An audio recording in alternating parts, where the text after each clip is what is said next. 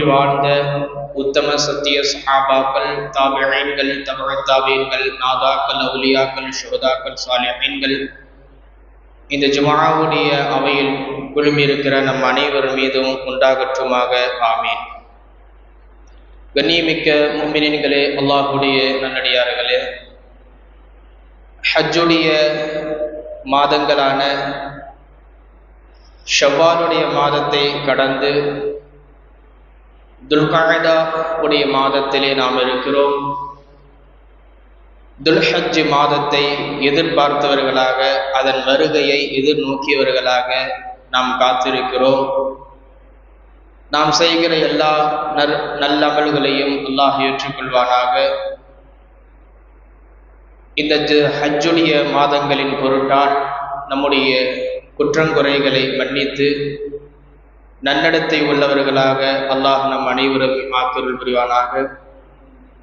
இவரிடம் யாரெல்லாம் ஹஜ்ஜுக்கு செல்கிறார்களோ அவர்களுடைய ஹஜ்ஜை பரிபூர்ணமாக அல்லாஹ் அங்கீகரிப்பானாக. யாரெல்லாம் ஹஜ்ஜுக்காக வேண்டி செலவழித்து செல்ல முடியாமல் தடுக்கப்பட்டிருக்கிறார்களோ அவர்களுக்கு அல்லாஹ் இவ்வருடமோ அல்லது வாய்ப்பு இருந்தால் அடுத்த வருடமோ ஹஜ்ஜு செய்வதற்கான வாய்ப்பையும் அதற்கான பொருளாதார வசதிகளையும் உடல் சுகத்தையும் நீண்ட ஆயுளையும் அல்லாஹ் அவர்களுக்கு வழங்குவானாக. யாருக்கு ஹஜ்ஜு செய்வதற்கு வசதி வாய்ப்புகளோ உடல் சுகமோ இல்லையோ அவர்களுக்கு ஹஜ்ஜு செய்வதற்கான வாய்ப்பை அல்லாஹ் நல்குவானாக. அதற்கான போக்குவரத்து வசதிகளையும் வாகன ஏற்பாடுகளையும் உடல் சுகத்தையும் உடல் நலத்தையும் பொருளாதார வளத்தையும் அல்லாஹ் வழங்கியருள் புரிவானாக. ஆமீன். கண்ணியமானவர்களே, ஹஜ்ஜி என்பது அது சாதாரண அமல் அல்ல, பாக்கியமான அமல். ஒருவர் ஹஜ்ஜு செய்கிறார் என்றால் அவருக்கு ஏராளமான சிறப்புகள் மாண்புகள் கிடைக்கிறது. அதை ஹதீஸின் வாயிலாக நபிகள் நாயகம் ஸல்லல்லாஹு அலைஹி வஸல்லம் அன்னவர்களின் நாவின் மூலமாக ஒரு ஹாஜிக்கு கிடைக்கக்கூடிய பலாபலன்கள் ஏராளம் நாம் கேட்கலாம். ஒருவர் ஹஜ்ஜு செய்கிறார் என்றால் அவருக்கு என்ன சிறப்புகள் கிடைக்கின்றன, அவருக்கு என்ன பயன்கள் கிடைக்கிறது, என்ன பலாபலன்கள் அவருக்கு கிடைக்கிறது என்பதை, அவருக்கு கிடைக்கக்கூடிய சிறப்புகளை ஒரு 6 சிறப்புகளை ஹதீஸ்களின் வாயிலாக நாம் பார்க்கலாம். முதல் சிறப்பு, ஒருவர் கஅபத்துல்லாவை ஹஜ்ஜு செய்கிறார் என்றால் அவருக்கு கிடைக்கக்கூடிய முதல் சிறப்பு அன்று பிறந்த பாலகனை போன்று மாறிவிடுகிறார். நபிகள் ஸல்லல்லாஹு அலைஹி வஸல்லம் அவர்கள் சொன்னார்கள், மன் ஹஜ்ஜ ஹாதல் பைத்த, யார் பைத்துல்லாவை ஹஜ்ஜு செய்கிறாரோ, ஃபலம் யர்ஃபுத் வலம் யஃப்சுக், அப்படி ஹஜ்ஜு செய்கிற போது அவர் செய்கிற அந்த ஹஜ்ஜில் பாவகரமான காரியங்களோ பாவகரமான பேச்சுக்களோ தப்பான செயல்பாடுகளோ கெட்ட குணங்களோ வெளிப்படுத்தாமல் அப்பழுக்கற்ற முறையில் பரிசுத்தமான உள்ளத்தோடு ஒருவர் ஹஜ்ஜு செய்தால் ரஜஅ கமா வலதத்துஹு உம்முஹு, அவர் ஊர் திரும்புகிற போது அன்று பிறந்த பாலகனை போன்று மாறிவிடுகிறார் என்று அருமை நாயகம் ஸல்லல்லாஹு அலைஹி வஸல்லம் அவர்கள் சொன்னார்கள். அப்படியானால் அல்லாஹ்வின் நல்லடியார்களே, ஒரு குழந்தை பிறக்கிறது என்று சொன்னால் அந்த குழந்தைக்கு பாவம் என்றால் என்ன தெரியாது, கெட்ட குணம் என்றால் என்னன்னு தெரியாது, தவறு செய்யறதுன்னா என்னன்னு தெரியாது. எனவே தான் அந்த குழந்தையை நாம் சொல்கிறோம் பாவமறியா பச்சிலம் குழந்தை என்று சொல்கிறோம். விவரம் வருகிற போது பாவம் என்றால் என்ன, தப்பு என்றால் என்ன அது அறிந்து கொள்ளும். ஆனால் குழந்தை பருவத்தில் இருக்கிற போது தவறு செய்வதற்கோ பாவம் செய்வதற்கோ கெட்ட செயல்கள் செய்வதற்கோ அதற்கு தெரியாது. அதுபோன்று தான் ஒரு ஹாஜி அவர் ஹஜ்ஜு செய்கிறார் என்று சொன்னால் அதுவும் அவருடைய ஹஜ்ஜி அப்பழுக்கற்ற முறையில் இருக்கிறது, பரிசுத்தமான முறையில் இருக்கிறது என்று சொன்னால், அந்த ஹஜ்ஜை முடித்துவிட்டு அவர் ஊர் திரும்புகிற போது பாவமறியா பச்சிலம் குழந்தையை போன்று அவர் மாறிவிடுகிறார் என்றார்கள் அருமை நாயகம் ஸல்லல்லாஹு அலைஹி வஸல்லம். அப்படியானால் ஹஜ் செய்வதால் ஒருவருக்கு கிடைக்கக்கூடிய பலாபலன்கள் சிறப்பு, பாவங்கள் முற்றிலுமாக மன்னிக்கப்பட்டவராக திரும்புகிறார் என்பதுதான் அர்த்தம். இது முதல் சிறப்பு. இரண்டாவது சிறப்பு, ஹஜ் செய்வதால் சொர்க்கமே கூலியாக கிடைக்கிறது. ஹஜ் செய்வதால் சுவனமே கூலியாக கிடைக்கிறது. நபிகள் நாயகம் ஸல்லல்லாஹு அலைஹி வஸல்லம் அவர்கள் சொன்னார்கள், வல் ஹஜ்ஜுல் மப்ரூரு லைஸ லஹு ஜஸாஉன் இல்லல் ஜன்னah. அங்கீகரிக்கப்பட்ட ஹஜ்ஜுக்கு சொர்க்கம்தான் கூலி என்றார்கள். சொர்க்கத்தை தவிர வேறு கூலி கிடையாது. அப்படியானால் இங்கு கவனிக்க வேண்டிய விஷயம், ஒருவர் ஹஜ் செய்கிறார் என்றால் அவர் ஹஜ் செய்ததற்கு பிறகு அவர் மூத்தா போனா அல்லது ஊருக்கு வருகிறார் என்றால், ஊருக்கு வந்து சில காலம் வாழ்கிறார், அதற்கு பிறகு மரணிக்கிறார் என்றால் அவருக்கு கூலியாக அல்லாஹ் சொர்க்கத்தையே தருகிறார். சொர்க்கம் கிடைப்பது எவ்வளவு பெரிய விஷயம். நாம் உலகத்திலே நல்ல அமல்கள் செய்கிறோம். ஏன் செய்கிறோம்? ஒரே ஒரு லட்சியத்திற்காக செய்கிறோம். என்ன லட்சியம்? சொர்க்கத்தை அடைய வேண்டும், சொர்க்கம் பெற வேண்டும், சொர்க்கம் கிடைக்க வேண்டும் என்பதற்காக நாம் நல்ல அமல்கள் செய்கிறோம். அது எப்படி கிடைக்கும்? சொர்க்கம் எப்படி கிடைக்கும்? இறை பொருத்தத்தின் மூலமாக கிடைக்கும். இறை பொருத்தம் எப்படி கிடைக்கும்? இந்த ஹஜ்ஜின் வாயிலாக கிடைக்கும். அப்படியானால் ஒருவர் அப்பழுக்கற்ற முறையில் பரிசுத்தமான உள்ளத்தோடு எந்த குறைகள் இல்லாமல் ஹஜ்ஜி செய்கிறார் என்றால், அதற்கு பிறகு அவர் மரணிக்கிற போது அவருக்கு அல்லாஹ் சொர்க்கத்தையே கூலியாக தருகிறான். நாம் உலகத்திலே வாழ்கிறோம், தொழுகிறோம், zikr செய்கிறோம், குர்ஆன் ஓதுகிறோம், தான தர்மங்கள் செய்கிறோம், இறைவனுக்காக வேண்டி அத்தனை நற்காரியங்களையும் செய்கிறோம். ஏன் செய்கிறோம்? சொர்க்கம் செல்ல வேண்டும். ஒரே ஒரு லட்சியம் தான், ஒரே ஒரு குறிக்கோள் தான், சொர்க்கத்தை நான் அடைய வேண்டும் என்ற குறிக்கோள். அந்த லட்சியத்தை, அந்த குறிக்கோளை அல்லாஹ் இந்த ஹஜ்ஜின் மூலமாக நிறைவேற்றி தருகிறான். இது இரண்டாவது சிறப்பு. இனி மூன்றாவது சிறப்பு, ஹஜ் செய்கிறவர் அவருக்கு அல்லாஹ் தன்னுடைய அருளை இறக்குகிறான்.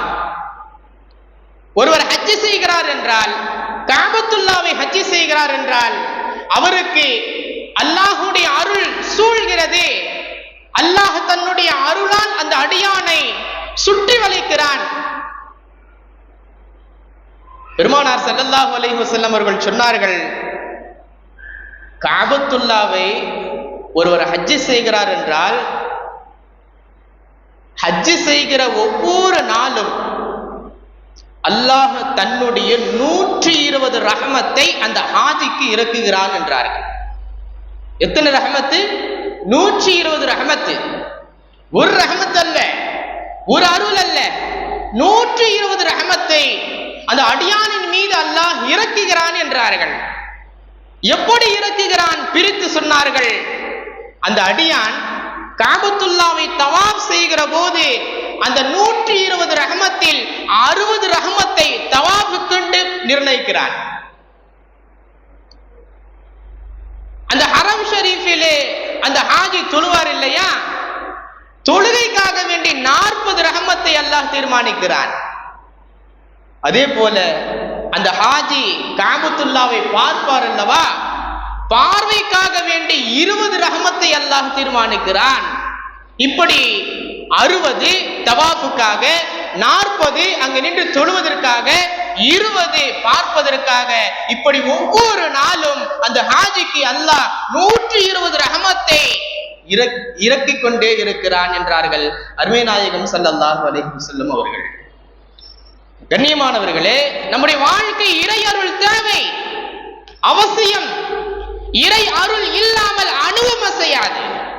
நம்முடைய வாழ்க்கையிலே இறை அருள் இருந்தால்தான் பிரச்சனைகள் இல்லாமல் இருக்கும், சண்டை சச்சரவுகள் இல்லாமல் இருக்கும், இறையருள் இல்லாததின் விளைவுதான் சண்டைகள், பிரச்சனைகள், நெருக்கடிகள், வறுமை, ஏழ்மை எல்லாம் வருவதற்கு காரணம் என்ன? இறை அருள் இல்லாததற்கு காரணமாகத்தான். அப்படியானால் இறை அருள் ஒரு மனிதனுடைய வாழ்க்கையில் மிக மிக அவசியம். அந்த இறை அருள் எங்கு கிடைக்கிறது? ஹஜ்ஜி செய்வதால் கிடைக்கிறது. 120 ரஹமத்து கிடைக்கிறது என்றார்கள் அருமை நாயகம் ஸல்லல்லாஹு அலைஹி வஸல்லம் அவர்கள். இது மூன்றாவது சிறப்பு. நான்காவது சிறப்பு, ஒருவர் ஹஜ்ஜி செய்வதால் அந்த ஹாஜிக்கு அல்லாஹு தஆலா நாளை மறுமையில் யாருக்கும் கொடுக்காத ஒரு தனி சிறப்பை, பாக்கியத்தை தருகிறான். என்ன சிறப்பு தெரியுமா? தன் அல்லாத பிறருக்கு ஷஃபாஅத் செய்கிற, இறைவனிடத்தில் மற்றவர்களுக்காக பரிந்து பேசுகிற ஒரு பாக்கியத்தை, சிறப்பை அந்த ஹாஜிக்கு தருகிறார். நாளை மறுமை என்பது சாதாரண ஒரு தினம் அல்ல. இல்லாமன் அதினலஹுர் ரஹ்மான், அல்லாஹ் யாருக்கு அனுமதி தருகிறானோ அவர்களை தவிர வேறு யாரும் வாய் திறந்து பேச முடியாது. நாளை மறுமையிலே கோடான கோடி சமூகம் இருக்கும். இறைநேசர்களில் இருந்து, நபிமார்களில் இருந்து, சஹாபாக்கள் உட்பட நல்லவர்கள், தீயவர்கள் எல்லோரும் நிற்பார்கள் வரிசையாக. யாரும் வாய் திறக்க மாட்டாங்க. யாரும் வாய் திறக்க மாட்டாங்க. எல்லாரும் சொல்லக்கூடிய வார்த்தை என்ன தெரியுமா? யா நப்சி, யா நப்சி, யா நப்சி. என்னுடைய நிலை என்னாகும்? என்னுடைய நிலை என்னாகும்? அங்கு யாரும் யாருக்காக வேண்டி அல்லாஹ்விடத்தில் பரிந்து பேச முடியாது. கணவன் மனைவிக்காகவோ, மனைவி கணவனுக்காகவோ, பிள்ளை தந்தைக்காகவோ, தந்தை பிள்ளைக்காகவோ, நண்பர்களுக்காகவோ, உறவினர்களுக்காகவோ, யாருக்காக வேண்டியும் யாரும் யாருக்கும் இறைவனிடத்திலே பரிந்து பேச முடியாது. அதற்கான தகுதியும் இல்லை, அதற்கான தைரியமும் இல்லை. ஆனால் இல்லாமன் அதினலஹுர் ரஹ்மான், அல்லாஹ் யாருக்கு அனுமதி தருகிறானோ அவர்கள் பேச முடியும். அல்லாஹ் சில பேருக்கு அனுமதி தருவான், சில பேருக்கு அனுமதி தருவான். சில பேர் விஷயத்தில பரிந்து பேசுவதற்கு அல்லாஹ் அனுமதி தருவான். அவர்கள் மாத்திரம் பரிந்து பேச முடியும், வேறு யாரும் வாய் திறக்க முடியாது. அந்த பரிந்து பேசுவதற்கு அல்லாஹ் யாருக்கு அனுமதி தருகிறானோ அவர்களில் ஹாஜியும் அடங்குவர். ஆலிம்கள் இருக்கிறாங்க, ஹாஃபிதுகள் இருக்கிறாங்க, உயிர் தியாகம் செய்தவர்கள் இருக்கிறாங்க. இவர்களுக்கெல்லாம் நாளைக்கு மறுமையில அல்லாஹ் மற்றவர்களுக்காக பரிந்து பேசுவதற்கு அனுமதி கொடுப்பான். அவர்களுடைய லிஸ்ட்ல ஹஜ்ஜி செய்தவரும் அடங்குவார். சொர்க்கவாசிகள் சொர்க்கத்துக்கு போயிடுவாங்க, நரகவாசிகள் நரகத்துக்கு போயிடுவாங்க. அல்லாஹ் என்ன செய்வான்னா, சொர்க்கவாசிகள் சொர்க்கத்தில் இருந்து கொண்டே நரகவாசிகளை பார்க்கும்படி திரையை அகற்றி விடுவார். அப்போ சொர்க்கவாசிகள் நரகவாசிகளை கண்கொண்டு நேரடியாக பார்ப்பாங்க. யார் இருக்கிறா, அவங்க எப்படி வேதனை செய்யப்படுறாங்க என்று. மேலிருந்து சொர்க்கவாசிகள் சொர்க்கத்தில் இருந்து கொண்டே நரகவாசிகள் என்ன செய்கிறார்கள், என்ன நிலைக்கு ஆழ்த்தப்படுறார்கள், என்ன நிலையில் இருக்கிறார்கள் என்பதை அவர்கள் பார்த்து கொண்டிருப்பார்கள். அப்படி பார்க்கிற போது சொர்க்கவாசிகளுக்கு சில பேர் நண்பர்களாக இருந்திருப்பாங்க உலகத்துல, அவங்கள நரகத்துல பார்ப்பாங்க. அப்ப அந்த சொர்க்கவாசி ஹாஜி அல்லது தொழுகையாளி அல்லது நோன்பு வைத்தவர், ஹஜ்ஜி செய்தவர், அவர் அல்லாட்ட கேட்பார். ஒரு ஹாஜி கேட்பார் அல்லாட்ட, யா அல்லாஹ், என் கூட உலகத்துல தொழுதார், என் கூட ஹஜ்ஜி செஞ்சார், என் கூட நோன்பு வச்சார், என் கூட ஹரம் ஷெரீஃப்ல ஒன்னா நின்று தொழுதார், மினாவுக்கு ஒன்றாக சென்றோம், சஃபா மர்வாக்கு மத்தியிலே சாய் செய்தோம், ஒன்றாக செய்தோம், ஒன்றாக ஹஜ்ஜுடைய காரியங்களை செய்தோம், ஒன்னா சாப்பிட்டோம், ஒன்னா தொழுதோம், ஒற்றுமையோட நல்லமல்களை செய்தோம், ஹஜ்ஜுடைய காரியங்களை செய்தோம். ஆனா நான் சொர்க்கத்துக்கு வந்துட்டேன், அவர் நரகத்தில் இருக்கிறாரு, ரட்சகா அவரை நீ மன்னிச்சுட்டு சொர்க்கத்துக்கு அனுப்ப மாட்டியா? யாரு? சொர்க்கத்தில் இருக்கக்கூடிய ஒரு ஹாஜி, ஹஜ்ஜி செய்தவர் நரகத்தில் இருக்கக்கூடிய தன் நண்பரை பார்த்து அவருடைய பரிதாபங்களை நினைத்து கவலை கொண்டவராக அல்லாஹ்விடத்திலே அந்த நரகவாசி ஹாஜிக்காக வேண்டி பரிந்து பேசுவார் அல்லாட்ட. அல்லாஹ் என்ன சொல்லுவான் தெரியுமா? அஹ்ரிஜு மன் அரஃப்தும், போங்க நரகத்துக்கு போங்க, போய் உங்களுக்கு அறிமுகமானவர்கள் யாரெல்லாம் நரகத்தில் இருக்கிறார்களோ அவர்களை எல்லாம் அழைத்து கொண்டு போய் சொர்க்கத்துக்கு நீ உங்களோடு அழைச்சிட்டு போங்க, போய் நரகத்துக்கு போங்க. அவங்க பாவம் செஞ்சதுனால நரகத்தினுடைய வேதனையில இருக்கிறாங்க. போய் உங்களுக்கு யாரெல்லாம் அறிமுகமானவர்களோ, உறவினர்களோ அல்லது நண்பர்களோ, உங்களுக்கு யாருன்னு தெரியும், உலகத்துல பழக்கப்பட்டவர்கள் யாருன்னு தெரியும், முகம் கொடுத்து பேசினவர்கள் யாருன்னு தெரியும், அவங்களெல்லாம் அழைச்சிக்கிட்டு சொர்க்கத்துக்கு போங்க. அல்லாஹ் அக்பர்! எவ்வளவு பெரிய பாக்கியம்! இந்த பாக்கியம் யாருக்கு கிடைக்குது? ஹஜ்ஜு செய்த ஒரு ஹாஜிக்கு கிடைக்குது. அப்படியானால் யாரும் பேச முடியாத, யாருக்கும் அனுமதி இல்லாத, தன்னிலையே என்ன ஆகும் என்று, தன்கதி என்னவாகும் என்று கவலையில் தோய்ந்திருக்கிற துயரத்தில், பயத்தில், நடுக்கத்தில் இருக்கிற அந்த நாளில் ஹஜ்ஜி செய்தவர் தைரியமாக அல்லாஹ்விடத்திலே பரிந்து பேசுகிறார் என்று சொன்னால் எப்பேற்பட்ட ஒரு பாக்கியம் என்பதை நாம் கொஞ்சம் இந்த நேரத்தில் யோசித்து பார்க்க வேண்டும். இது ஒரு ஹாஜிக்கு கிடைக்கக்கூடிய 4வது சிறப்பு. 5வது சிறப்பு இருக்கிறது. ஒருவர் ஹஜ்ஜி செய்கிறார் என்று சொன்னால் அவருடைய வாழ்க்கையில் ஏற்படக்கூடிய வறுமை, ஏழ்மை அகற்றப்படும், அவருடைய பாவங்கள் மன்னிக்கப்படுகிறது. நபிகள் ஸல்லல்லாஹு அலைஹி வஸல்லம் அவர்கள் சொன்னார்கள், தாபிஉ பைனல் ஹஜ்ஜி வல் உம்ரா ஃபஇன்னஹுமா யன்ஃபியானில் ஃபக்ர வதுனூப. நீங்கள் ஹஜ்ஜையும் உம்ராவையும் தொடர்ந்து செய்யுங்கள். இந்த வருஷம் செய்றீங்க, அடுத்த வருஷமும் ஹஜ்ஜை செய்யறதுக்கு வாய்ப்பு கிடைக்குது, செஞ்சிருங்க. வசதி வாய்ப்பு, போன வருஷம் தான் செஞ்சிட்டோமே, இந்த வருஷம் ஏன் அடுத்த வருஷம் செஞ்சுக்கலாம், அல்லது 2-3 வருஷம் கழிச்சு செஞ்சுக்கலாம் அப்படின்னு நீங்க யோசிக்க வேண்டாம். தொடர்ந்து உம்ரா செய்யுங்க. உங்களுக்கு வாய்ப்பு கிடைக்கிற போதெல்லாம் உம்ரா செய்யுங்கள். உங்களுக்கு வாய்ப்பு கிடைக்கிற போதெல்லாம் வருடம் ஹஜ்ஜு செய்யுங்கள். அப்படி நீங்கள் தொடர்ந்து ஹஜ்ஜும் உம்ராவும் செய்தால் அந்த 2 என்ன செய்யும் தெரியுமா? உங்கள் வாழ்க்கையில் ஏற்பட்டிருக்கக்கூடிய தவறுகளை மன்னிக்கும், உங்கள் வாழ்க்கையில் ஏற்பட்டிருக்கக்கூடிய ஏழ்மையை போக்கும் என்றார்கள் அருமை நாயகம் ஸல்லல்லாஹு அலைஹி வஸல்லம் அவர்கள். கூட உதாரணத்தை சேர்த்து சொன்னாங்க. எப்படி ஏழ்மையை போக்கும் தெரியுமா? எப்படி பாவத்தை கரைக்கும் தெரியுமா? கமா யன்ஃபில் கீரு ஹபஸல் ஹதீதி வஸ்ஸஹபி வல் ஃபித்தா. பெருமானார் சொன்னார்கள், எப்படி கொல்லப்பற்றையில் இருக்கக்கூடிய நெருப்பு இரும்பின் மீது இருக்கக்கூடிய, வெள்ளியின் மீது இருக்கக்கூடிய, தங்கத்தின் மீது இருக்கக்கூடிய அழுக்கை போக்குகிறதோ, பளபளவென காட்சி தர வைக்கிறதோ, அது போன்று ஹஜ்ஜும் உம்ராவும் நீங்கள் தொடர்படியாக செய்தால் உங்கள் பாவங்கள் கரிக்கப்படுகிறது, உங்கள் வாழ்க்கையில் ஏற்படக்கூடிய வறுமை நீக்கப்படுகிறது, நீங்கள் முற்றிலுமாக பாவமற்றவர்களாக ஆக்கப்பட்டு விடுகிறீர்கள். ஏழ்மையே வாழ்க்கையில் தொடாதவர்களாக, பரிசுத்தமானவர்களாக, அப்பழுக்கற்றவர்களாக பலபலவன காட்சி தர வைக்கிறது இந்த ஹஜ்ஜும் உம்ராவும் என்றார்கள் அருமை நாயகம் ஸல்லல்லாஹு அலைஹி வஸல்லம் அவர்கள். 5வது சிறப்பு இது. இனி 6வது சிறப்பு. ஒருவர் ஹஜ்ஜி செய்தால் அவருடைய முந்திய பாவங்கள் மன்னிக்கப்படுகிறது. அருமை நாயகம் ஸல்லல்லாஹு அலைஹி வஸல்லம் சொன்னார்கள், வஅன்னல் ஹஜ்ஜ யஹ்திமு மா கான கப்லஹு. ஒருவர் ஹஜ்ஜி செய்தால் அந்த ஹஜ்ஜி என்பது அவருடைய முந்திய பாவங்களை மன்னிக்கிறது என்று சொல்லவில்லை, இடித்து தகர்க்கிறது என்றார்கள் பெருமானார். ஒரு வீட்டை ஒரேடியா அடிச்சு நொறுக்கிறாங்கன்னு சொல்றாங்கல்ல, எப்படி அது அடிச்சு உடைச்சிட்டான், இடிச்சு தகர்த்துட்டார்கள் சொல்றாங்கல்ல, அந்த மாதிரி ஒருவர் ஹஜ்ஜி செய்தால் அந்த ஹஜ்ஜி, அந்த உம்ரா அவருடைய பாவங்களை இடித்து தகர்க்கிறது. நம்முடைய பாவங்கள், நம்முடைய வாழ்க்கையில எவ்வளவு பாவங்கள் செய்திருக்கிறோம்,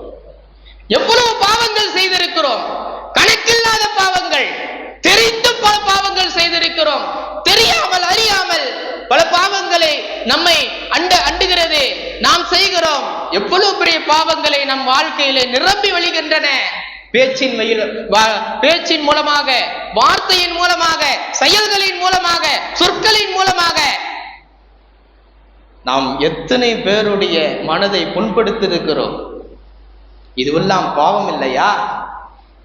இந்த இத்தனை பாவங்களையும் தகர்க்கிறது, ஒழித்து கட்டுகிறது ஹஜ்ஜி என்றார்கள் அருமை நாயகம் ஸல்லல்லாஹு அலைஹி வஸல்லம் அவர்கள். பெருமக்களே, நிறைய பேர் சொல்றது உண்டு, ஹஸ்ரத் வாழ்க்கையில நிம்மதியே இல்லை, வறுமையில் இருக்கிறேன், ஏழ்மையில் இருக்கிறேன், சந்தோஷமே இல்லை, சம்பாதிப்பதற்கு வழி இல்லை, சம்பாதித்தாலும் காசு கிடைக்கிறது இல்லை, என்ன செய்யறதுன்னு தெரியல என்று அழுகிறார்கள், கதறுகிறார்கள். பார்ப்பதற்கே பாவமாக இருக்கிறது. அதற்கு தீர்வாக அருமை நாயகம் ஸல்லல்லாஹு அலைஹி வஸல்லம் அவர்கள் சொன்னார்கள், நீங்கள் கவலைப்பட வேண்டிய அவசியம் இல்லை. வறுமை இருக்கிறதா, ஹஜ் செய்யுங்கள். ஏழ்மை இருக்கிறதா, ஹஜ் செய்யுங்கள். ஏழ்மையை போக்கும், வறுமையை போக்கும். நீங்கள் செழிப்போடு வாழலாம், சந்தோஷமாக வாழலாம், நிம்மதியாக வாழலாம், மனநிறைவோடு வாழலாம். பெருமக்களே, இந்த 6 தனிப்பட்ட சிறப்புகள் ஒருவர் ஹஜ் செய்வதால் கிடைக்கிறது. எனவே இந்த சிறப்பும், இந்த பாக்கியமும், இந்த மேன்மையும், இந்த மாண்பும் நமக்கு கிடைக்க வேண்டும் என்று சொன்னால் நாமும் ஹஜ் செய்ய வேண்டும். ஹஜ் செய்ய முடியாவிட்டால் ஹஜ் செய்வதற்கு ஆசைப்பட வேண்டும், ஆர்வம் கொள்ள வேண்டும். அதற்காக வேண்டி இருக்கரம் ஏந்தி இறைவனிடத்திலே, ரட்சகா உன் காபாவை தரிசிக்கிற பாக்கியத்தை கொடு ரட்சகா என்று அல்லாஹும் மர்சுகுனல் அல்லாஹும் மர்சுகுனா ஹஜ்ஜ பைத்திக்கல் ஹரம் அல்லாஹும் மர்சுகுனா ஹஜ்ஜ பைத்திக்கல் ஹரம். யா அல்லாஹ், உன் காபாவை தரிசிக்கிற, ஜியாரத் செய்கிற அந்த பாக்கியத்தை கொடு ரட்சகா என்று இறைவனிடத்திலே நாம் கேட்டுக்கொண்டே இருக்க வேண்டும். கேட்டால் கிடைக்கும், தட்டினால் திறக்கப்படும். அல்லாஹ்விடத்திலே கேட்கலனாதான் கோபப்படுவான், மனுஷன்ட்ட கேட்டா கோபப்படுவான். அல்லாஹ்விடத்தில் கேட்கவில்லையானால் கோபப்படுவான். அல்லாஹ்விடத்திலே எதை வேண்டுமானாலும் கேட்கலாம். நாம மத்த எதுக்கும் கேட்கலையே, வேற யார் வீட்டுக்கு போறதுக்கு அனுமதி கேட்கலையே, அல்லாஹ்வுடைய வீட்டுக்கு அனுமதி கேட்கிறோம். யா அல்லாஹ், உன் வீட்டுக்கு வர்றதுக்கு அனுமதி கொடு, உன் வீட்டுக்கு வரணும், எனக்கு அனுமதி கொடுக்குறியா? அல்லாஹ் அனுமதி தரமாட்டானா? வராதடான்னு சொல்வானா? எப்பா, நீ ஏன் அடிமை, நீ என்னுடைய அடியான், என் கையால தான் உன்னை படிச்ச, நீ எப்படி வராம இருப்ப? நீ ஏன் அனுமதி கேட்கிற? நீ வா என் இல்லத்திற்கு. இன்றைக்கு உலகத்தை நீங்கள் சுற்றி பாருங்கள், உலகத்தை நீங்கள் சுற்றி பாருங்கள். எங்கும் இல்லாத லட்சோப லட்ச சமூகம், கோடான கோடி மக்கள் நீங்கள் காபத்துல்லாவுடைய அந்த ஸ்தானத்தில் பார்க்கலாம். நீங்க மலேசியாவுக்கு போங்க, பங்களாதேஷுக்கு போங்க, மும்பைக்கு போங்க, குவைத்துக்கு போங்க, எங்க வேண்டுமானாலும் நீங்கள் சுற்றி திரியுங்கள். எல்லா இடங்களிலும் மக்கள் இருக்கிறார்கள், எல்லா இடங்களிலும் மனித சமூகம் சுற்றி வருகிறது. ஆனால் எங்கும் இல்லாத அந்த உன்னதமான காட்சியை நீங்கள் காபத்துல்லாவில் பார்க்கலாம், காபத்துல்லாவில் பார்க்கலாம். அல்லாஹு அக்பர், அல்லாஹு அக்பர். தன்னுடைய அடியார்களை எந்த அளவுக்கு சூழ செய்திருக்கிறான் என்று பாருங்கள். நாம ஒரு வீட்டுல தனித்தனியா இருக்கலாம், ஒரு ஊர்ல 100 வீடு இருக்கும், அல்லது 500 வீடு இருக்கும், 1000 வீடு இருக்கும். 1000 வீட்லயே மக்கள் இருப்பாங்க, தனித்தனியா 1000 வீடு இருக்கு, இருப்பாங்க. ஆனால் அதுவும் குறைவு தான். ஆனால் ஒரே ஒரு வீடு தான் காபத்துல்லா. ஆனால் லட்சோப லட்சம் மக்கள் அங்கு வசிக்கிறார்கள், தவாஃப் செய்கிறார்கள், உம்ரா செய்கிறார்கள், ஹஜ் செய்கிறார்கள் என்றால் எவ்வளவு பெரிய அல்லாஹ்வுடைய சின்னமாக, அல்லாஹ்வுடைய பேராற்றல் மிக்கதாக இருக்கிறது என்பதை இந்த நேரத்தில் நாம் சிந்தித்து பார்க்க வேண்டும், யோசிக்க கடமைப்பட்டிருக்கிறோம். எனவே அல்லாஹ்விடத்திலே ஹஜ் செய்வதற்கான, உம்ரா செய்வதற்கான அந்த வாய்ப்பை கேட்க வேண்டும், அந்த வாய்ப்பை கேட்க வேண்டும். வாய்ப்பு கேட்டால் அல்லாஹ் தராமல் இருக்க மாட்டான், கண்டிப்பாக, நிச்சயமாக, சத்தியமாக தருவான். அது ஆசையோடு, ஆர்வத்தோடு, நமக்கு வசதி இல்லாவிட்டாலும் ஹஜ் செய்ய முடியாதே என்ற கவலை இருக்கலாம், வாகன வசதி இல்லையே என்ற கவலை இருக்கலாம், உடல் சோர்வு இருக்கிறது, வியாதி இருக்கிறது, ஹஜ் செய்ய முடியாதே, அவ்வளவுதான், காலம் கடந்து போச்சு, முடிஞ்சு போச்சு என்ற கவலை இருக்கலாம். ஆனால் நீங்கள் அல்லாஹ்விடத்திலே இருக்கரம் ஏந்தி, யா அல்லாஹ், ஹஜ்ஜுக்காக வேண்டி எனக்கு வாய்ப்பு கொடு என்று கேட்டால் அல்லாஹ் ஜல்ல ஷானுஹு தஆலா உங்கள் உடலில் இருக்கக்கூடிய நோய்களை நீக்கி பரிபூர்ண ஷிஃபாவை தந்து விடுவான். ஹஜ்ஜுக்கான ஏற்பாடுகளை செய்வதற்கான போக்குவரத்து வசதிகளையும், வாகன வசதிகளையும், பொருளாதார வளத்தையும், உடல் நலத்தையும் அல்லாஹ் நிச்சயமாக, சத்தியமாக தருவான். அதுல எந்த விதமான சந்தேகம் இல்லை. எனவே கண்ணியத்திற்கொண்டான அல்லாஹ் நல்லடியார்களே, கண்ணியமிக்க முஃமினீன்களே, அல்லாஹ் ஜல்ல ஷானஹு தஆலா இவ்வருடம் யாரெல்லாம் ஹஜ்ஜுக்கு செல்ல இருக்கிறார்களோ அவர்களுடைய ஹஜ்ஜை பரிபூர்ணமான முறையிலே அல்லாஹ் அங்கீகரிப்பானாக. அவர்களுடைய ஹஜ்ஜே மக்பூலான ஹஜ்ஜாக, மப்ரூரான ஹஜ்ஜாக அல்லாஹ் ஆக்குவானாக. இவ்வருடம் ஹஜ்ஜிக்காக வேண்டி காசு பணம் கட்டி யாரெல்லாம் செல்ல முடியாமல் தடை செய்யப்பட்டிருக்கிறார்களோ, நிறுத்தி வைக்கப்பட்டிருக்கிறார்களோ, அவர்களுக்கு திரும்பவும் இவ்வருடம் வாய்ப்பு கிடைத்தால் ஹஜ்ஜி செய்வதற்கோ அல்லது அடுத்த வருடம் வாய்ப்பு கிடைத்தால் ஹஜ்ஜி செய்வதற்கான வாய்ப்பையும் வசதிகளையும் அதற்கான உடல் ஆரோக்கியத்தையும் அல்லாஹ் அவர்களுக்கு தருவானாக. யாரெல்லாம் இவ்வருடம் ஹஜ்ஜி செய்யவில்லையோ, அதற்கான பொருளாதார வசதிகள் இல்லையோ, அவர்களுக்கு பொருளாதார வளத்தையும் நிறத்தையும் அல்லாஹ் தருவானாக. வாழ்க்கையில் இருக்கக்கூடிய வறுமை அல்லாஹ் போக்குவானாக, ஏழ்மை அல்லாஹ் போக்குவானாக. ஹஜ்ஜி செய்வதற்கான வாய்ப்பை அல்லாஹ் நம் அனைவருக்கும் வழங்கி அருள் புரிவானாக. ஆமீன். வ ஆகிரு தஅவானா அல்ஹம்துலில்லாஹி ரப்பில் ஆலமீன். அஸ்ஸலாமு அலைக்கும் வரஹ்மத்துல்லாஹி வபரகாத்துஹு.